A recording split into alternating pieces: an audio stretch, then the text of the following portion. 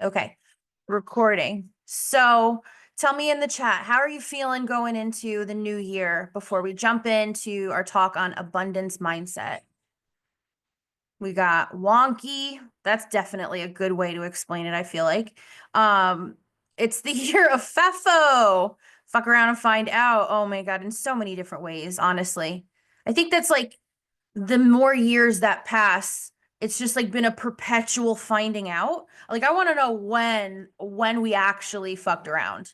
Because I just feel like it's been a while that we've just been finding out and like but I think I agree with the theme.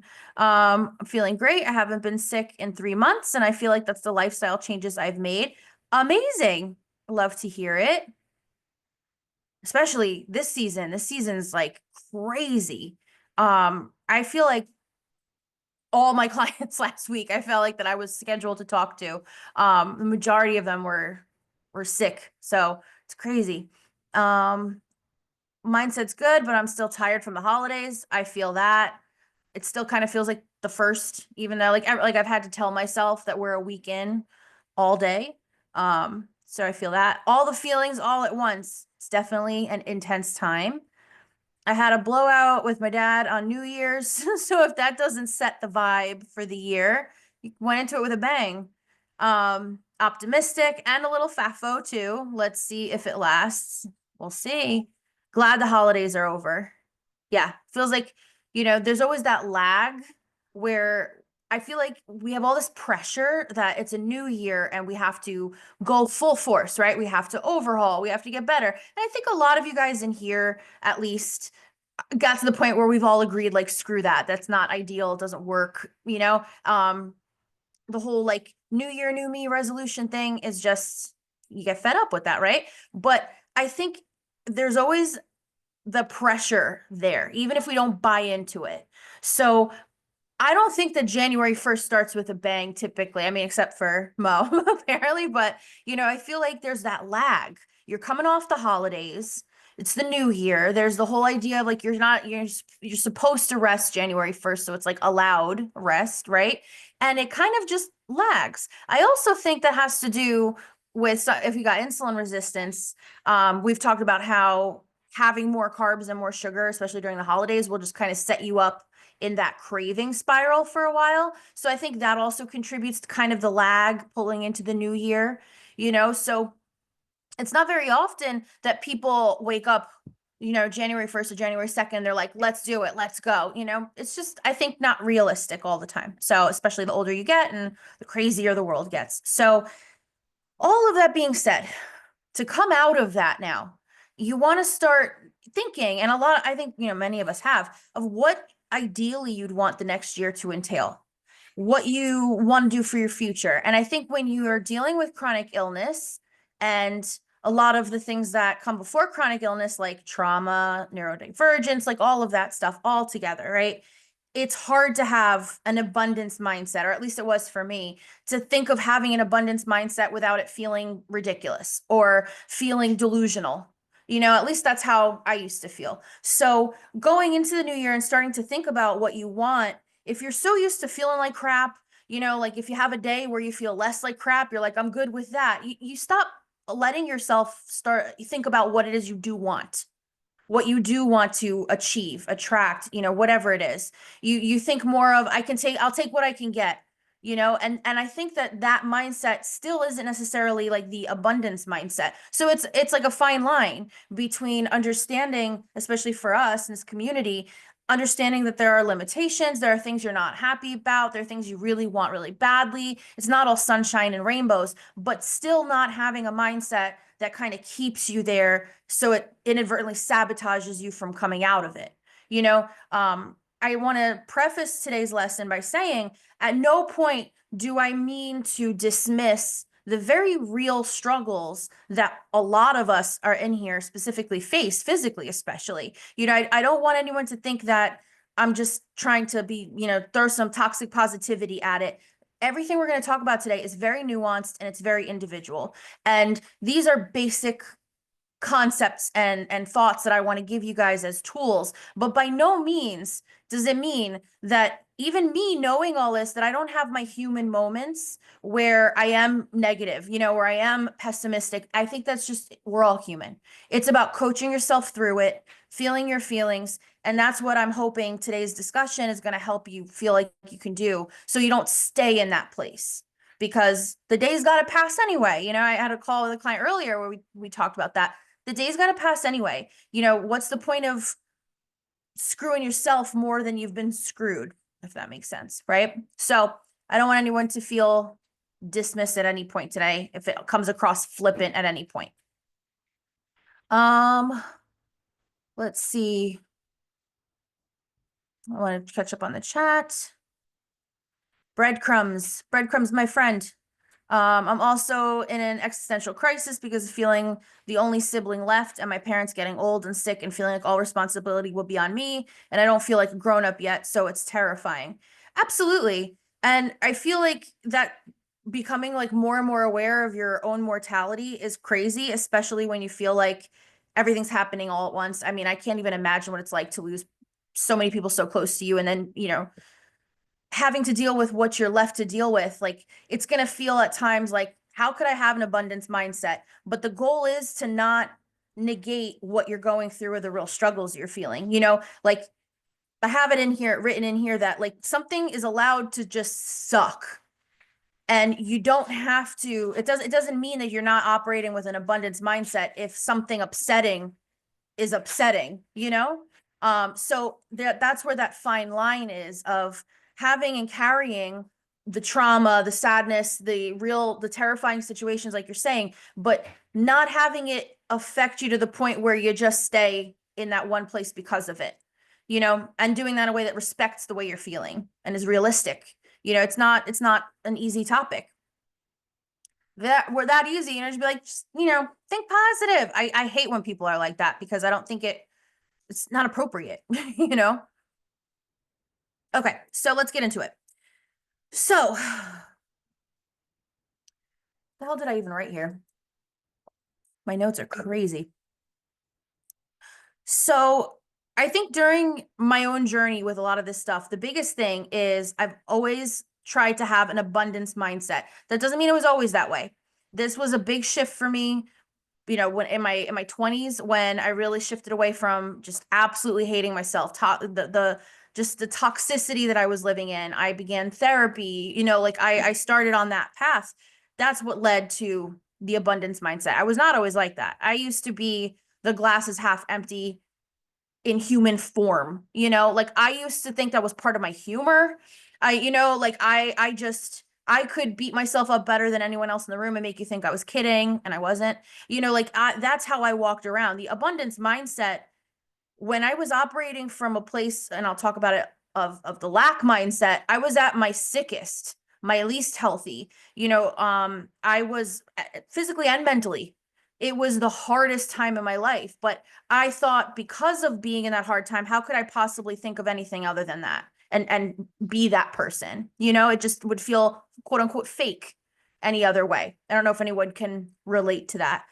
So I think the biggest part of my journey in my health, in my mindset, and just my emotional well-being, my career, everything has been shifting to this abundance mindset. And now, mind you, I mean, I'm turning 35 this month, and this shift for me started in my mid-20s. So it's not, when I say I don't want you to think I'm being flippant, I mean that. It has been a journey and it's not over yet.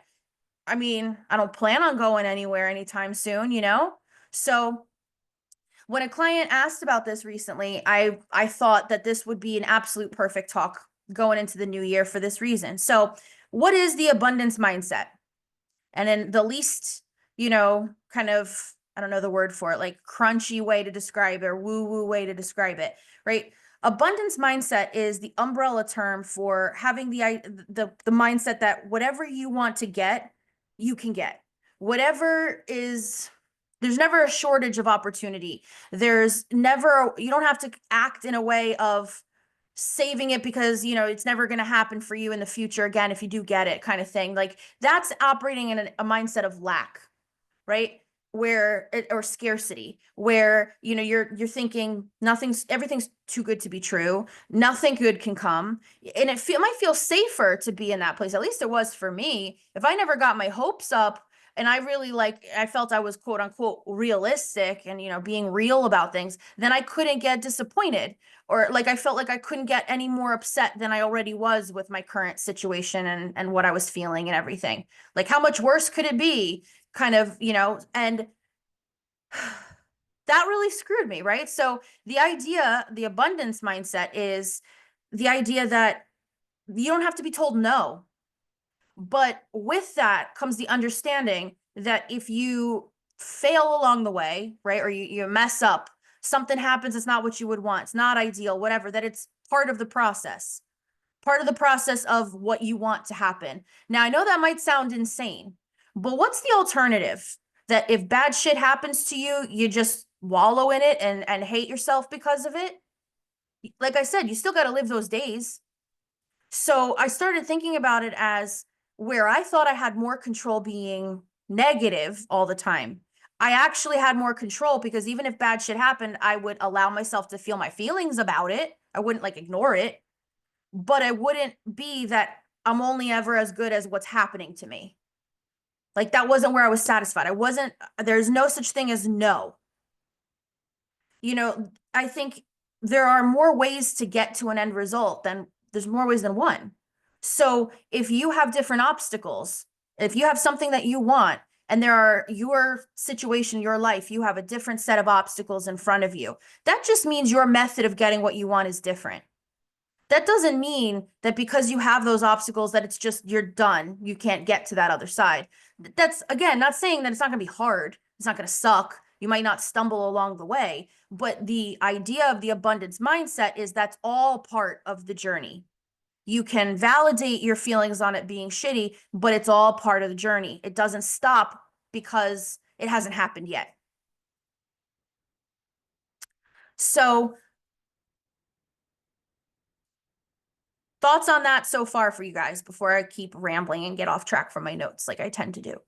The idea that the abundance mindset is being realistic about the things that suck, validating the feelings about the things that suck, allowing yourself to, if it's an upsetting situation, be upset about it, but not have it be condemning, you're not fated to never get beyond that because that has happened to you.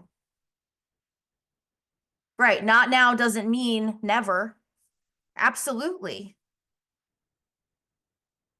I was saying to someone that I think, what's the life expectancy here in the States? I think it's 72 or 73. People live past that life expectancy every day. And we all have the same risk of being hit by a bus tomorrow. So God willing, universe willing, whatever you believe in, that you live a long life, right? But let's just say you live to life expectancy. You could look at how many years you have left. For people who are oh, it hasn't happened yet, I can't do it. I'm you got time though. I know it sucks it hasn't happened. Of course, it's disappointing, but who decides that there's a cutoff? A lot of the people that I work with could live all the years that they've been alive, they can relive again and it not even be the life expectancy yet. That's how much time there is. So if those days got to pass anyway, the idea of abundance mindset is that even if your journey is different, even if your journey has some really shitty parts along the way, that you got that time. Any day that you're above ground is an opportunity to try and work something. So, I think it's important to respect both sides of that. So what did you say? Kathy said, the best advice anyone ever gave me was let it suck and let it hurt. Don't let it consume you. I think about that one all the time. Exactly. Exactly. And in fact, sometimes and this could be a whole other conversation, but it often is, this is a common call with people, is people try to push it away and not let it suck. They try to distract themselves away from it, even though it's still affecting them. And they end up taking longer to process and get through it because they're afraid of it. When really, if they stopped and let it hurt, let it suck, like you said, you end up processing through something faster and getting back to it versus pushing it off, wallowing in it, letting it build, letting it fester, letting it snowball with other things, and then explode. And then you feel like your whole life sucks. Don't let it consume you. The best way out is through. Feel what you need to feel because it's valid, and then you can figure out your next move, whatever it might be. I love when you guys are putting this kind of stuff in the chat. This is great. Absolutely. The best way out is through. You can't run away from it, you know? And I always say this to people because there's no, like, this isn't a competition of who's hurting more, who's struggling more. Everybody's struggle is subjective to them, and to the person going through it feels huge. You know, there's no, I'll be talking to clients about how they're feeling, and they'll be like, well, you know, it could be worse, so I can't complain. And it's like, no, you're allowed to be feeling your struggle right now, right? Or when it comes to people, like, I always say, I'm like, rich people got problems, you know?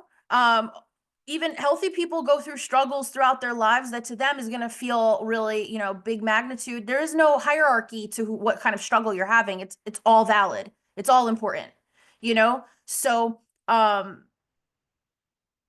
forgot how I tied that into that. The best way out is through, is no matter what, no matter who would be like, oh, I'd trade my problems for their problems, whatever. No matter what you're going through, what your problem is, the only way to get through it is to get through it. And it's part of being human. There's not a single soul who's born on this earth that doesn't have to get through something. Even if, like I said, some people, something you might want to look at and like be like, I'll trade for that, you know, that's a different story. So my 1-star general is 52 and she just had a baby. Wow. I have been concerned at 38 that I was nearing the end of my childbearing years, but if she can do it at 52, I can do it at 38 to 42. Absolutely. You absolutely can. That makes me think of anyone, I'm like dating myself, like Father of the Bride. I don't know though. I feel like Steve Martin and Diane Keaton looked way older than they were supposed to be. They were like supposed to be in their, I think like their mid 40s or something, or like early 40s. Um, so, and that was like back in the 90s, you know, now like 52, you know, I know plenty of people who have had children, you know, in their early 50s, believe it or not. So, especially with how much things cost these days, you know, it's not uncommon. You grow through what you go through. I'm loving this. My husband says that all the time, and I can't stand it. Yes, things can always be worse, but it doesn't need to be for things to suck. Absolutely. There's no like level that you have to reach in order for your issue to suck, you know? Um, he was in his 40s. Steve Martin was in his 40s. You know what though? I feel like we have such a skewed view of like what normal aging is now though. I feel like the way Hollywood is set up, the way social media is set up, the filters, the like access to procedures and fillers and Botox and all that, it's like who the hell knows what we're supposed to look like at what age, you know? But I feel like Steve Martin has looked older his entire life. I feel like he was like us, like he had gray hair in his 20s is what it feels like. I don't know what he looked like in his 20s, but same like Richard Gere. Like there's a bunch of them that I feel like growing up, I always thought they were older. Like you could tell they were older than they were supposed to be. But anyway, I digress. So it took me acceptance and commitment therapy before I changed my mindset. And that was this fall. Congratulations. So this now expands on that, you know? So there's a lot of talk too with when it comes to abundance mindset with law of attraction. And I was talking to this client the other day. They said, what's the difference between the two? And I think abundance mindset's the overall umbrella mindset, like I said, right? So underneath that umbrella, there are different ways to embody that. You know, like for example, karma, the idea like, you know, what you put out there or what you give, you get threefold, you know, all that. There's law of attraction, what you believe is yours, you will attract and it can come to you. Those are things that I think a lot of people maybe scoff at. And the way I like to explain it is you can look at these things from some kind of spiritual, metaphysical, woo-woo side and say you manifest and affirm stuff that it's going to come to you and all that. And there's a lot of people who believe that on its own, face value, which is fine. For people who might have a harder time believing that, like I did, because remember, I was a walking pessimist. I was a skeptic of everything. I was stank face all the time. I'm not just going to buy into the idea that I could make a wish and it's all going to come to me and come true. I needed to have some kind of, maybe this is the autism too, where I needed to have some kind of logical understanding of why I can back this thought, right? I don't know if anyone relates. So I thought of it, and if you go into something believing that it's yours, right? You believe that it's yours, even if you don't have it right now. You believe it's going to come to you. You don't know how, you don't know when, but you trust and believe it's in the future for you, right? If, oh crap, hold on, my brain. Oh, the physical side of things. You believe it's yours, right? So if you go into, you're playing a game. Let's say you have, a baseball game that you're going to be playing in. If you go to that game thinking that you've lost it, there's no way you're going to get your ass kicked. Are you going to really put that much effort in? Are you going to play your best game? Are you going to give it your all? Or are you just going to be there to bide your time until it's over because you expected to lose already? Versus going into that game really believing that you're going to win, you're going to try your best, and you would play giving it your all. Now you might say, but what happens if you still lose and you gave it your all? Well, that's not to say that you won't continue to get better every time you play. It's not to say that you'll win every single game you go into believing you'll win. I wish we could have that level of control on what happens to us, but it's just the idea that no matter what, if you go into something, you always have the chance of winning. So you should give it your all because eventually you're going to win. It's the same concept here. And when it comes to like manifesting and affirming stuff, the idea of, let's say I believe I'm going to win the lottery one day. I'm being completely honest with you guys. I don't even play it that much, but it's my way of affirming it because wouldn't it friggin' be nice? So here's the thing. I still have to buy the ticket. Law of attraction is saying that when I buy the ticket, it's not like, oh, if I buy 3 tickets every single day and play every lotto game I can play, then I'll win. That's me trying to be in control. I know I'm going to win. I'm affirming that. So the times I do play, at some point, it's going to hit. And I know that sounds insane. I know. But like, what's the harm? It's a few dollars here, a few dollars there. We live in this place of, if I believe things aren't going to come to me, then I won't be disappointed. Well, I mean, does that feel good? Like you still are disappointed when things don't come true for you. That's a lie that we're not going to be as disappointed if we believe it's not possible. It still sucks when it comes up, right? So if you go through life believing things are possible, what's the harm in that? And when I started doing that, I started attracting the things that I wanted, and it was the craziest shit. So in my head, the physical side of it is, okay, if I think like I want to play the lottery, I'm going to go buy the ticket and then I win the lottery. Like that comes full circle for me. It's not that I'm just sitting here hoping and wishing and, it's going to fall into my lap. I still have to participate in making that happen. So let's say I'm trying to think of another goal, right? So I don't know why I'm drawing a blank right now of one of the example I want to give you guys.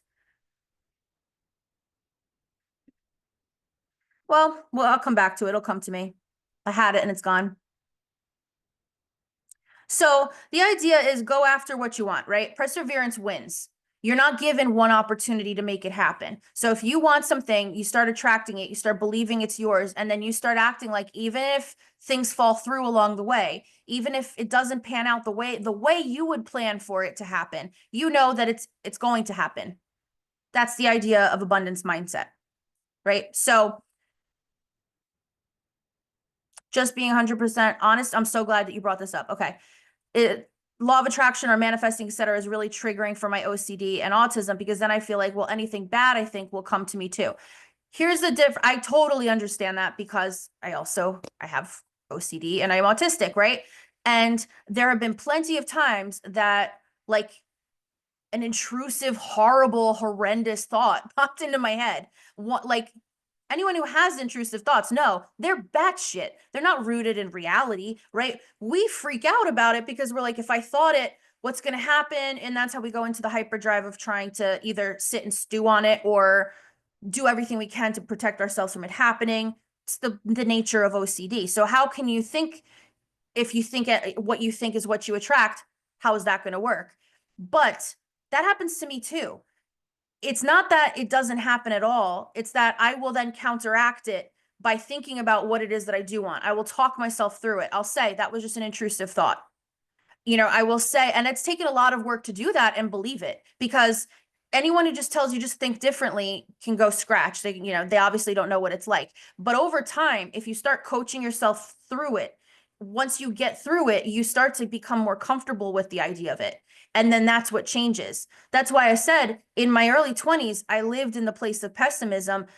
All of this that I'm telling you guys, if I could go back in time and tell this, she would have laughed in my face and probably had some choice words for me, just because it all seemed so crazy. I don't think that law of attraction works where whatever you think in the split second, it's going to materialize. I think it takes time. It takes work. It takes continuing to believe in something. So if you have a negative thought about something in the way of intrusive thought, and you work through that and you coach yourself through that, that's not like something you're manifesting. That's not something you're affirming happening. That's a passing thought. That's not going to be enough to make the cut for something to attract something. It really has to be something that you have abundance mindset for, you believe every day is going to happen and come to you. It's not so much a fleeting thought. Now, on the other side of that, if you're thinking something negative in general and you're pessimistic about it, right? That's the thing to work on. That's why it took so long to get to this point, right? So back in the day, I'll give you an example. I really got into changing this stuff, especially after I had my neck surgery. And my neck surgery, I didn't see coming. And doctors dismissed me a lot. I literally could have been paralyzed.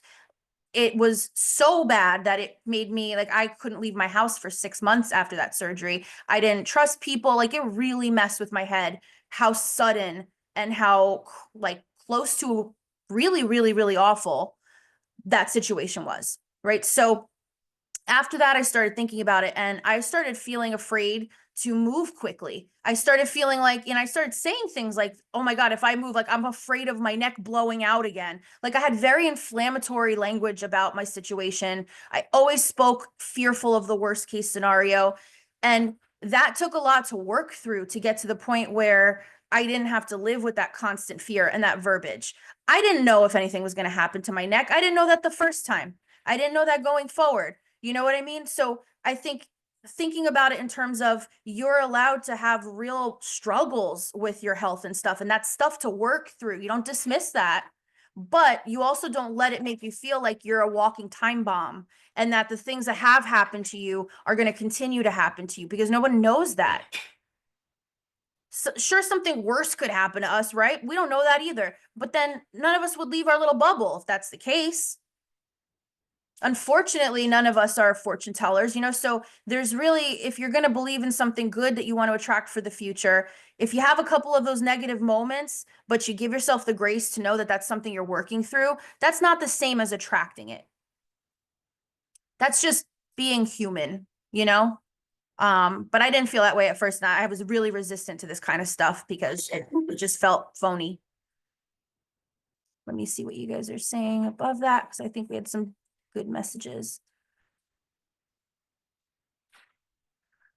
Okay, so Katie, there's a quote that goes something like, you can't choose your thoughts, but you can choose which ones you invite to your dinner table. Oh, I love that. As a recovering ruminator, this resonates with not reliving over and over again thoughts that don't serve me. Absolutely. And again, does it mean that that's 100% of the time? No, some will still get in there, I'm still working on getting up the nerve to drive and not feel like something horrible is going to happen. That's still something I'm working on, but at the end of the day, thinking about it, I'm going to keep working towards it. I'm not going to sit there. I'm not going to ruminate on it. I'm not going to think about all the reasons why I'm not driving. I'm just going to try to make goals for myself and move forward, because the thoughts of the fear of the road, they don't serve me at all. So anyone is interested in learning about how there is science that proves our thoughts and feelings actually change the chemistry of our bodies and the energy of things around us, look up Joe Dispenza. Ooh, I'm gonna look him up too. There's another scientist who talks a lot about it. Can't remember his name. I've seen the videos. They approach it scientifically, and it is incredible. I love that. And 100%, like I said, when I was operating in the place of lack or scarcity mindset, I was the sickest. I was the most unhappy. My mental health was shit. I was an entirely different person. Like on a cellular level, I feel like I was a different person. And changing my mindset absolutely changed everything, in my life. So, and like, yeah, I'm still a diabetic. Like, I'm not saying you can like will away what's going on, but you can also will yourself a way to get through it that isn't so shitty. So I feel the same way. I ruminate a lot and hyperfixate on negative thoughts, which helped me tremendously. What helped me tremendously was looking at the science behind it. Yep. And trying it and then realizing, holy shit, it's working. It's surprising every time. I'm still surprised by it. I can give you some client stories about it too. That's where I'm at with brain surgery, like with the neck. It's a traumatic thing, and there's so much out of our control that it's really scary when you have a close call. I think a lot of people, probably none of us in here, but other people you can imagine, kind of expect you to just be grateful and just like be like, I got a new lease on life, I got a second chance. But like, it's fucking terrifying to have a close call, to know that you were just an inch away from your whole life being different than what you know it to be. That's scary. We get diagnosed with things, it's the same thing, not surgery, but a diagnosis throws you for a loop. So I think to just assume that we can just walk through life being like la da da is silly. There's nuance to this. That's why I wanted to make that important point in the beginning. So, girl, driving is a journey for me. Right now, I tell myself, get myself and my kids where we need to go. It's okay that I'm not hopping on the expressway for a 5-hour trip. Yeah, absolutely.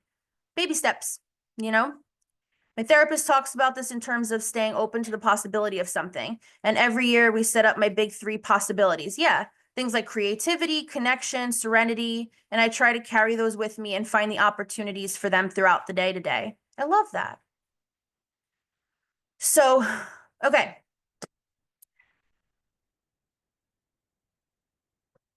Let's see. What else have I not already rambled through here? Um, well, I had it written down here. Let me tell you, I'm going to tell you a client story about law of attraction and stuff. It's crazy.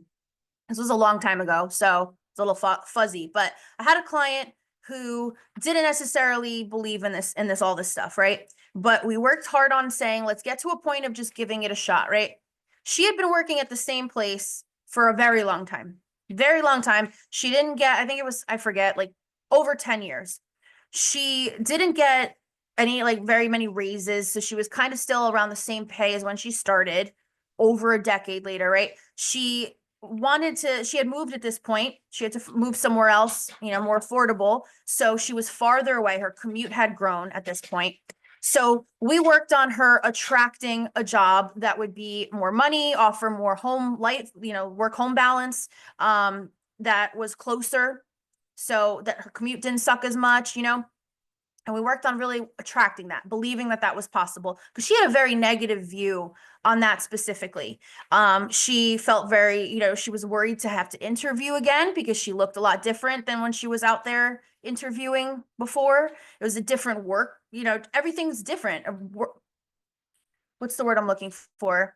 I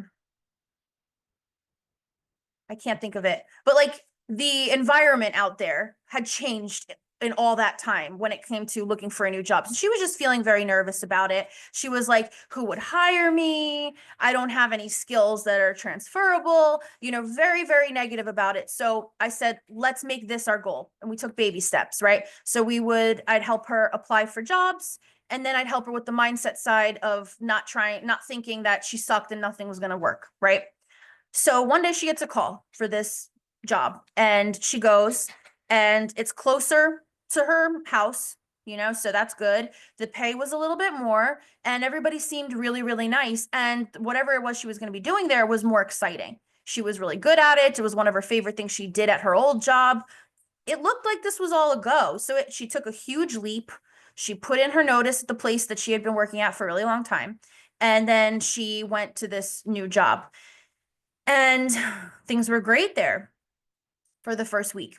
She gets called in, and it's like a smaller company or newer company. I forget which one. And she said they told her that she was doing great. Oh my God, my throat is so dry from this heat, like the heat in my house being on constantly.